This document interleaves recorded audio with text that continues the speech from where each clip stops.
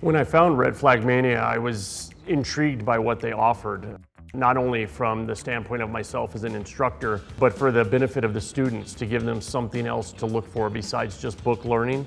So this is called Ethics Boss, and it's about making decisions and how we do our ethics. And everybody here will have a different opinion based on what they see in these videos and how maybe things should go. This is a choose your own ending type case. Those online, can you hear us online?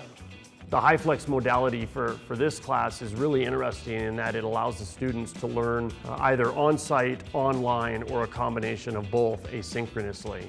Red Flag Mania works well with the high flex teaching because we're able to utilize it in various formats. The bite-size videos that they have and the evidence that they use alongside those videos makes it easy for the students to understand, not only that are in the class, but also that view it on their own time. It's a combination of understanding the students' needs that I think really sets Red Flag Mania apart.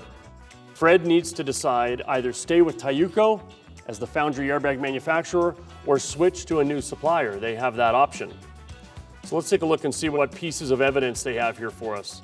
It was a little bit different spin with Red Flag Mania's Ethics Boss because we did it as a class setting as opposed to breaking off into groups or individually utilizing the case. And I think it works, the way that the intro is set up and the movie right off the bat to give the students the general information of what happened, along with going through the evidence together as a group.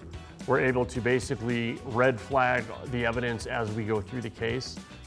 If they don't accept the recall, they look like they haven't admitted guilt for anything.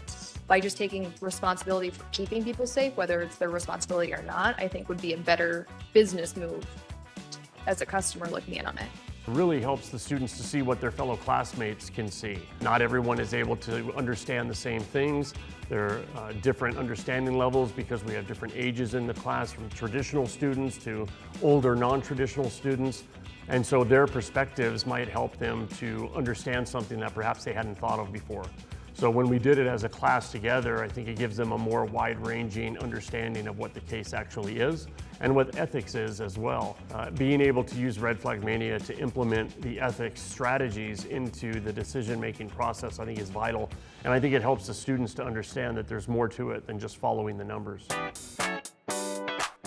There's more evidence here now on this one, more pieces of the puzzle that come into play. Consistently, Red Flag Mania has been one of the high points of my forensic accounting and fraud class that I teach every year.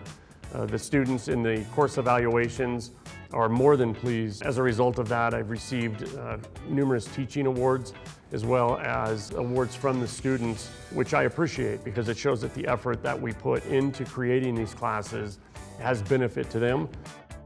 In my classes, when we do the Red Flag Mania cases, the students who are taking in the information online, it gives them the ability to feel involved in something. And it's impressive that Red Flag Mania is able to help draw them out because a lot of them have said that they felt sort of alone in their collegiate career. And so this is a way to kind of bring them back into an environment where we're able to think together, to solve problems together.